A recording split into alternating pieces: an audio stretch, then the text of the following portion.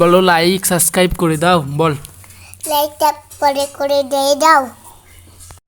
Baharampur bus stand guys, মোহনা যেটা park market. Hello guys, blog to my channel. আমার চ্যানেলে নতুন হয়ে থাকলে চ্যানেলটাকে সাবস্ক্রাইব করে দাও। আর আমি যাচ্ছি আমার এই যে বহরমপুর, মানে আমার দিদির বাড়ি যাচ্ছি। দেখতে পাচ্ছ আমাদের এখান থেকে মিষ্টি কিনে নিয়ে যাবো গাইস। আর এটা হলো আমাদের হাই রোড মোড়, দেখতে পাচ্ছ। আর এই দেখো মিষ্টি পুরো মিষ্টি, যেহেতু লাল সারে দেখো খাওয়া লেগে হাঁক হচ্ছে। কি সাক্ষ্য প্রমাণ আছে তোমার কাছে? মিষ্টিগুলো তো নিয়ে হয়ে যাচ্ছে। আর বের আমরা যাবো বাস ধরে সোজা বহরমপুর যাব। চলো দেখতে থাকো আমাদের সাথে পুরো ভিডিওটা।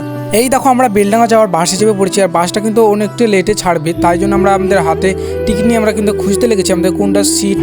আর দেখতে পাচ্ছ গাইস, বাসটা ফাইলানে ছেড়ে দিয়েছে। আর বের আমরা বেলডাঙ্গা দিকে রওনা নিচ্ছি। আর পুরো তোমাদেরকে দেখাচ্ছি পুরো বাস স্ট্যান্ডটা দেখো গাইস। আর এই যে বাস পুরো ছাড়তে লেগেছে। আর মোহনা এই দেখো, যেটা সেই মার্কেটটা গাইস। আর এই দেখো চলে যাচ্ছি আমরা দিদি বাড়ি সোজা। চলো দেখতে থাকো পুরো ভিডিও আমাদের সাথে।